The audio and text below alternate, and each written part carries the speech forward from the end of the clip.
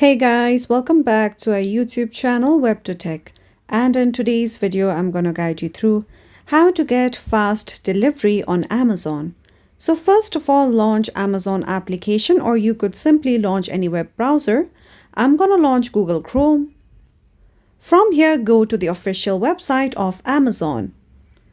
Now once you come here, you can choose any of the products given on the home screen, or you could simply search for a product.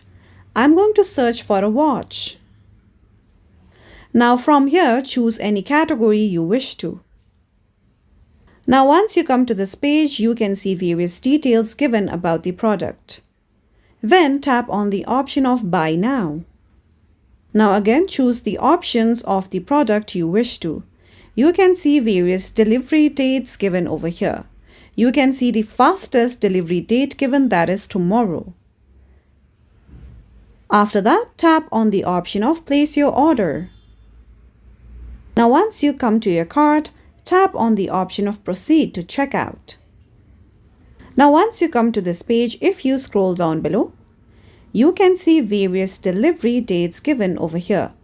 Choose the fastest one, that is tomorrow.